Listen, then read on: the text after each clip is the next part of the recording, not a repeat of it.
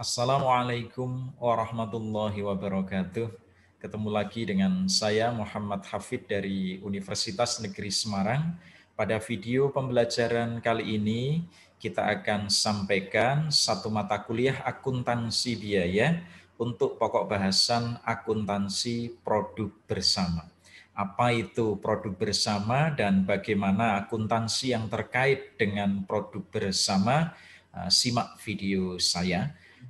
Saya berharap semoga video ini bermanfaat dan semoga Allah memberikan kefahaman, kemudahan di dalam mempelajari materi ini. Amin ya rabbal alamin. Saudara pemirsa, materi-materi yang pernah kita bahas sebelumnya itu adalah materi proses produksi yang menghasilkan single product atau produk tunggal. Sehingga menghitung biaya produksi untuk produk itu relatif lebih mudah. Ilustrasinya seperti ini. Ilustrasinya untuk single product atau yang menghasilkan produk tunggal, ilustrasinya seperti ini, ya. Dalam sebuah proses produksi misalnya mengeluarkan biaya bahan baku 1 juta, biaya tenaga kerja 2 juta, biaya overhead pabrik 3 juta misalnya. Sehingga total biaya produksinya berapa itu? 1 juta tambah 2 juta tambah 3 juta, 6 juta. Dari proses produksi ini menghasilkan satu macam produk. Ya produknya seperti itu. Lingkaran warnanya hitam. Jumlahnya 6, hanya satu macam seperti itu, ya. Maka dari itu, untuk menghitung biaya produksi per produk atau per unit adalah dengan cara total biaya produksi 6 juta dibagi 6. Ketemunya 1 juta per produk, 1 juta per unit. Ya. Itu sudah kita bahas di materi sebelumnya. Nah, pada materi kali ini, produk bersama ilustrasinya seperti ini.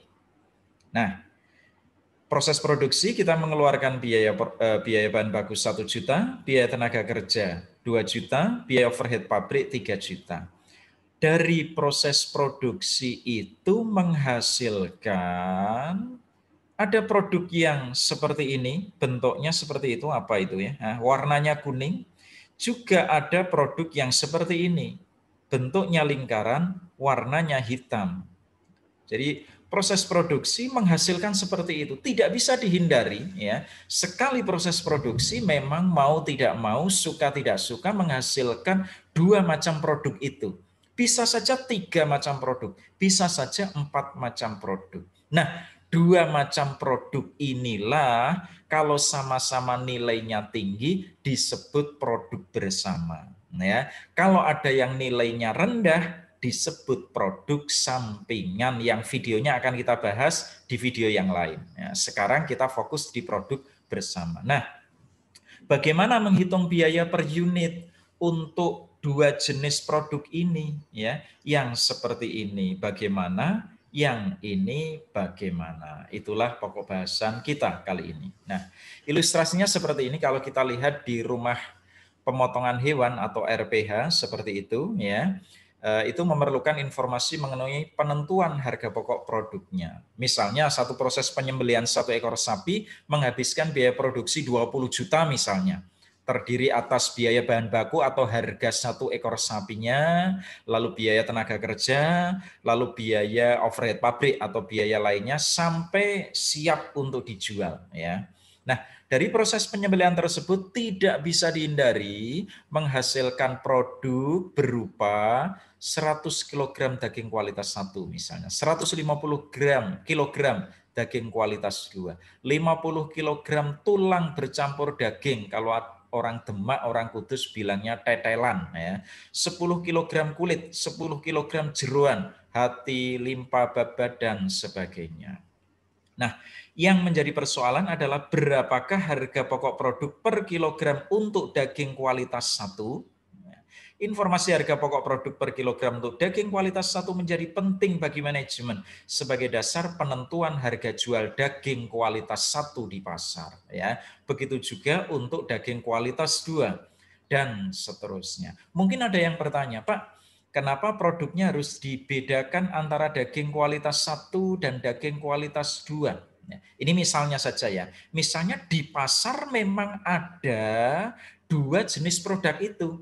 Ada daging kualitas 1, ada daging kualitas 2. Kualitas 2 itu mungkin dagingnya tidak bersih yang merah itu ya. Mungkin masih disertai yang warna putih-putih itu. Soalnya kalau manajemen mencampur antara kualitas 1 dan kualitas 2, bisa saja di pasar diterima sebagai daging kualitas 2. Kan perusahaan kita menjadi rugi, menjadi tidak efisien. Maka dipisahkan kualitas 1 dan kualitas 2, karena kualitas 1 pasti punya nilai jual yang lebih tinggi daripada kualitas 2. Daripada kalau dicampur dan pasar menerima sebagai semuanya kualitas 2. Nah, kan malah menjadi tidak efisien, ya, tidak menguntungkan, tidak valuable. Ya. Baik. Nah, sekarang kita pelajari, tadi di ilustrasi sudah sekilas saya sampaikan definisinya atau konsepnya. Nah, ini ada biaya bersama. Biaya bersama itu biaya yang 20 juta tadi. Biaya yang dikeluarkan untuk memproduksi produk bersama. Itu namanya biaya bersama. Oke, saya baca di sini ya. Biaya bersama atau joint cost adalah biaya yang dikeluarkan sejak mula-mula bahan baku diolah sampai dengan saat berbagai macam produk. Yang dimaksud berbagai macam produk itu tadi bisa produk bersama, bisa produk sampingan, ya, dapat dipisahkan identitasnya. Jadi selama belum bisa dipisahkan identitasnya, semua biaya yang dikeluarkan itu disebut biaya bersama. Tapi kalau sudah bisa dipisahkan identitasnya, seperti daging kualitas 1 sudah berpisah, lalu ini mengeluarkan biaya lagi, maka itu bukan biaya bersama. Ya. Definisi lain, joint cost are the cost of a production process that yield multiple product simultaneously. Ya, jadi biaya proses produksi yang menghasilkan berbagai macam produk secara bersamaan. Itu adalah joint cost. Ya.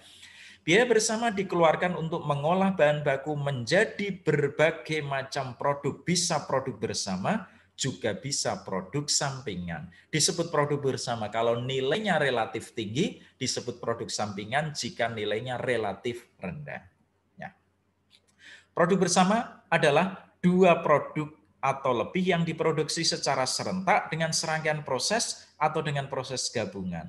Produk sampingan adalah satu produk atau lebih yang nilai jualnya relatif rendah yang diproduksi bersama dengan produk lain yang nilai jualnya lebih tinggi. Nah, nilai produk lain yang nilai jualnya lebih tinggi ini yang disebut produk bersama. Kalau yang sampingan itu yang nilai jualnya relatif rendah.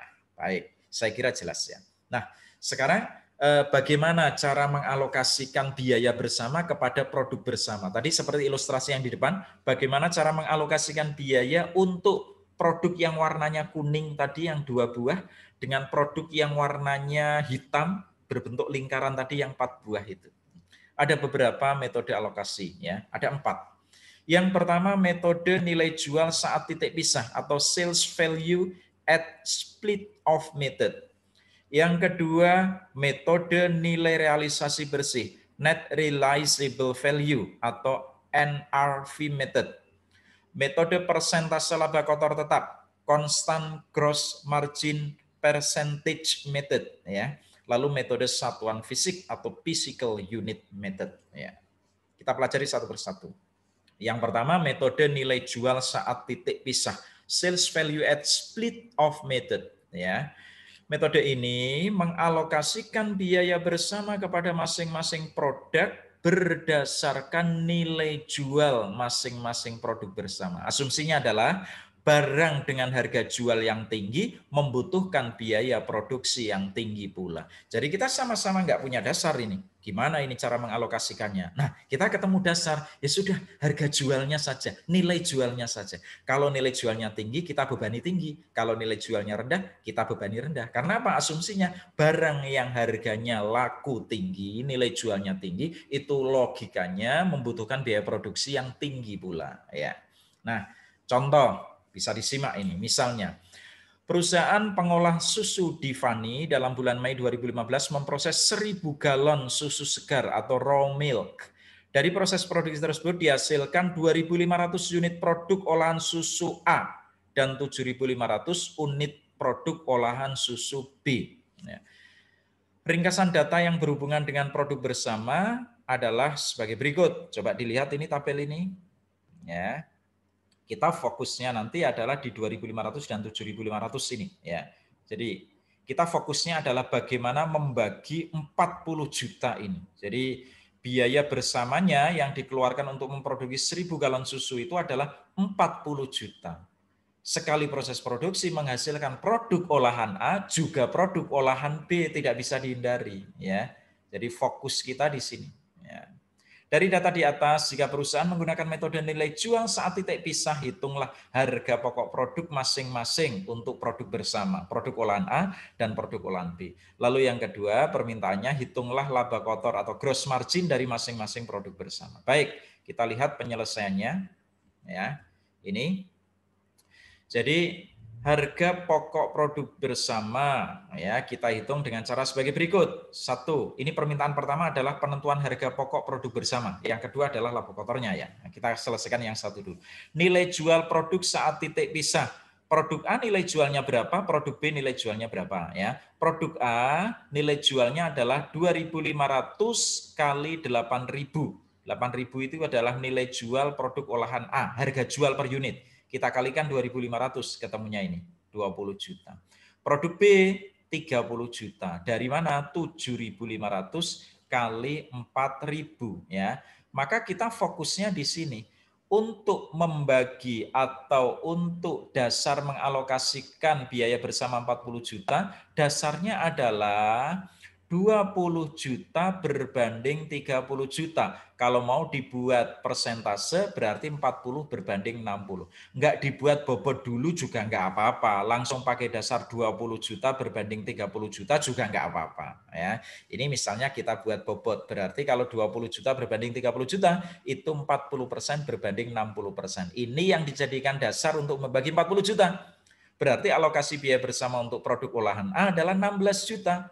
Dari mana? Ya 40 juta kali 40%. Atau kalau nggak pakai bobot ya tinggal 20 juta per 50 juta kali 40 juta. Ya, ketemunya 16 juta. Yang B ketemu 24 juta. Dari mana? Dari 30 juta per 50 juta kali 40 juta. Atau langsung 60% kali 40 juta. Kalau caranya ngitung 60% ya gampang ya. Tinggal 30 juta per 50 juta kali 100%, ketemunya 60%. 60% kalikan 40 juta, ketemunya 24 juta. Nah, sekarang kita hitung biaya produksi per unit. Produk olahan A dapat alokasi 16 juta, padahal produknya totalnya 2.500. Berarti harga atau biaya produksi per unitnya adalah 6.400. 6.400 dari mana? 16 juta dibagi 2.500. Yang B 3.200 per unit. Dari mana? 24 juta dibagi 7.500. Oke, selesai permintaan yang pertama. Sekarang permintaan yang kedua menghitung laba kotor. Penjualannya laku 2.000 dari data yang depan tadi ya. 2.000 kalikan 8 juta, ketemu 16 juta. Yang B lakunya 3.000. Berarti 3.000 kalikan 4.000, ketemunya 12 juta ya. Jumlahnya 28 juta. Harga pokok penjualannya yang A 2.000 kalikan 6.400, dari sini 6.400 ya. Ketemunya 12.800. Yang B 3.000 ini ya, kalikan 3.200, ketemunya ini. Ya, oke. Sehingga laba kotornya penjualan dikurangi harga pokok penjualan, ketemunya laba kotor 3.200, yang ini 2.400 ya. Persentase laba kotornya 20%. Dari mana? 3.200 dibagi 16 juta kali 100% ya. 2.400 dibagi 12 juta kalikan 100%, ketemunya 20%. Begitu ya. Jadi fokus kita adalah bagaimana membagi biaya bersama yang 40 juta ini kepada produk A dan kepada produk B. Setelah ketemu produk A 16 juta, produk B 24 juta, lalu digunakan dasar untuk menghitung biaya per unit. Nah, ketemunya 6.400. Ini 3.200. Baik, jelas ya. Kalau sudah jelas, kita lanjutkan ke metode berikutnya. Metode nilai realisasi bersih atau Net Realizable Value, NRV Method, merupakan pengembangan dari metode nilai jual saat titik pisah. Ini diterapkan jika produk bersama memerlukan pengolahan lebih lanjut sebelum dijual ke pasar. Jadi tadi saya contohkan ya, Kalau yang namanya biaya bersama itu sampai barang itu bisa dipisahkan, ya, dipisahkan identitasnya. Ya. Kalau sudah dipisahkan, kok mengeluarkan biaya lagi? Ini bukan biaya bersama, ya begitu. Nah, baik. Komponen harga pokok produksi terdiri atas alokasi biaya bersama ditambah biaya tambahan karena ada pengolahan lebih lanjut. Ya. Mengalokasikan biaya bersama kepada masing-masing produk bersama berdasarkan nilai realisasi bersih. Ya, baik. Perbandingan nilai realisasi bersih digunakan sebagai bobot pengalokasian biaya bersama. Contoh, ya, perusahaan pengolah susu di Fani dalam bulan Mei memproses 1.000 galon, seperti tadi ya. Dari proses produksi tersebut dihasilkan 2.500 unit produk A, 7.500 unit produk B. Ya. Dari yang 2.500 itu diproses lebih lanjut menjadi 2.000 produk olahan susu A bintang, A bintang. Pak, kenapa kok jadi 2.000 ya? Mungkin menyusut, ya, menguap dan sebagainya. Ya. Dengan tambahan biaya 28 juta. Setelah menjadi A bintang, dapat dijual dengan harga 25 juta. Dari 7.500 produk olahan susu B dapat diproses lebih lanjut menjadi 5.000 produk olahan susu B bintang. Ya. Untuk membedakan dengan yang produk B, saya beri tanda B bintang. Dengan tambahan biaya pengolahan 52 juta. Produk olahan susu B bintang dapat dijual dengan harga 22 juta. Saudara, dikatakan pengembangan dari metode nilai jual yang pertama tadi. Kenapa? Ya, karena dasar yang digunakan itu juga berpatokan dari nilai jual ini. Nilai jual ini. Tetapi nilai jual ini 25.000 itu adalah untuk A bintang. Sementara produk bersama yang kita hasilkan adalah produk A, bukan A bintang.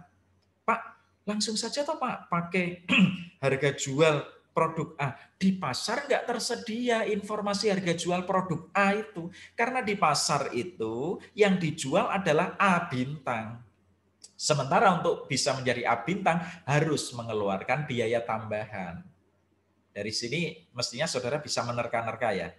Kalau begitu nilai jual produk A ya gampang Pak. Tinggal A bintang dikurangi 28 juta biaya tambahan itu. Ya tepat, kira-kira nanti begitu. Ya, saudara mungkin sudah bisa menerka seperti itu. Ya, nah itu yang disebut nilai realisasi bersih. Ya, ya. Penjualan selama bulan Mei adalah seperti ini. Nah, ini data tambahan untuk permintaan soal menghitung laba kotor. Ya. Nah, dari data di atas, jika perusahaan menggunakan metode nilai realisasi bersih, hitunglah harga pokok produk masing-masing untuk produk bersama, produk olahan A bintang dan produk olahan B bintang. Lalu laba kotornya atau gross margin dari masing-masing produk bersama. Nah, ringkasannya begini ya tadi ya, urean tadi saya ringkas ke dalam gambar seperti ini. 1.000 galon susu segar diproses menjadi produk olahan A, produk olahan susu B. 2.500 A, 7.500 B. Setelah diproses lebih lanjut dengan menghabiskan 28 juta, menghasilkan produk A bintang 2.000. Ya, yang produk olahan B diproses lebih lanjut menjadi dengan biaya tambahan 52 juta menjadi 5.000 unit olahan B bintang. Ya, ini punya nilai jual, ini punya nilai jual. Tapi kalau ini yang dijadikan pertimbangan untuk mengalokasikan biaya bersama nggak tepat. Karena kalau ini sudah melalui proses lebih lanjut. Maka yang dijadikan harus ini. Sementara harga produk A dan produk B tidak tersedia di pasar. Ya gampang ya, caranya pasti nilai jual ini dikurangi 28 juta. Kira-kira begitu pasti tebakan saudara. Dan itu tebakan yang tepat. Ya. Baik, kita lihat biaya bersama ini adalah 40 juta ya. Biaya tambahan untuk produk A 28 juta, untuk produk B 52 juta ya.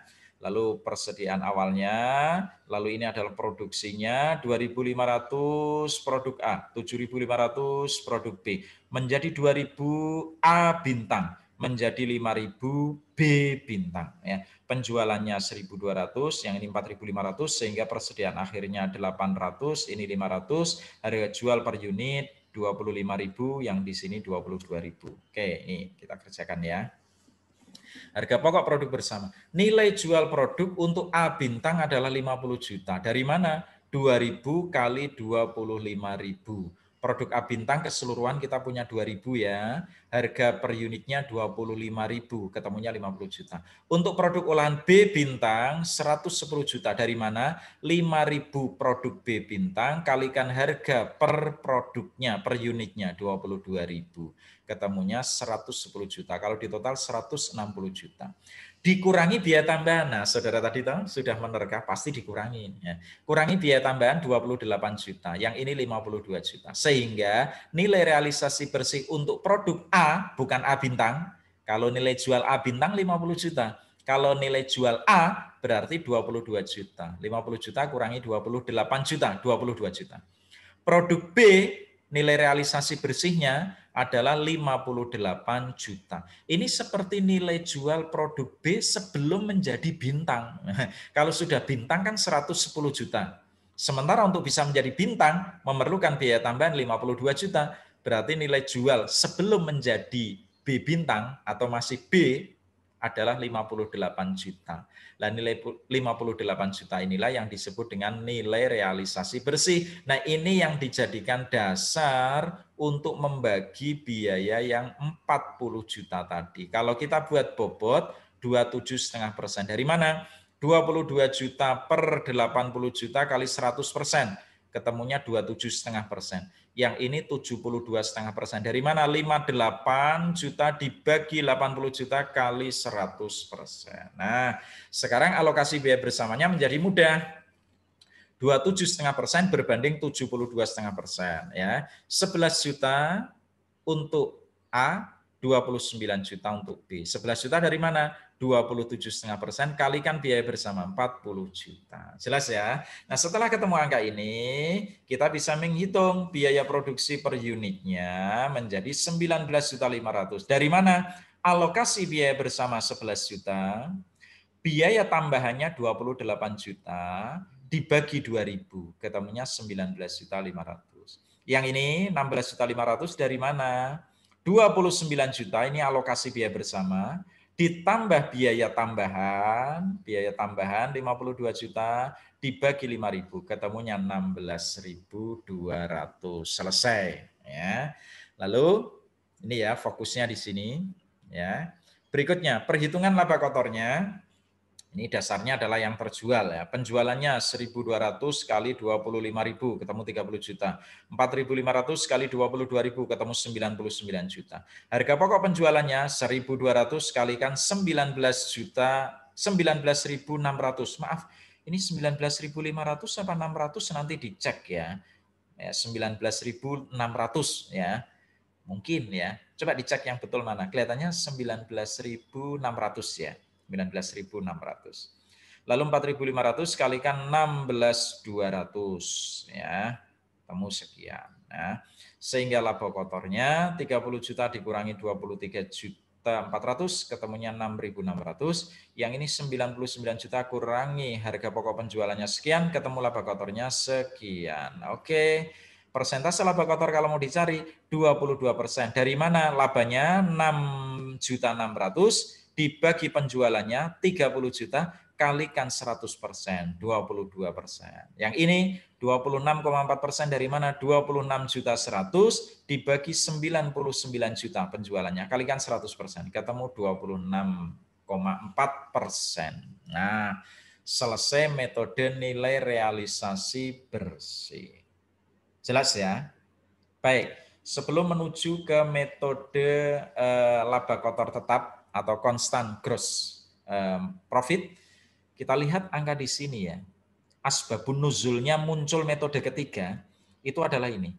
Metode nilai realisasi bersih itu tidak menghasilkan persentase laba kotor yang sama atau menghasilkan angka yang tidak sama ini, menghasilkan angka yang tidak sama. Nah, jika manajemen menghendaki persentase laba kotor yang sama, muncul metode ketiga.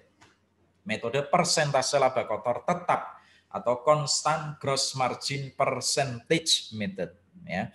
Ini sama dengan metode kedua, diterapkan jika produk bersama memerlukan pengolahan lebih lanjut sebelum dijual ke pasar. Ya. Asbabun nuzulnya, penggunaan metode yang kedua tadi, realisasi bersih, itu menghasilkan persentase laba kotor yang berbeda-beda untuk masing-masing produk.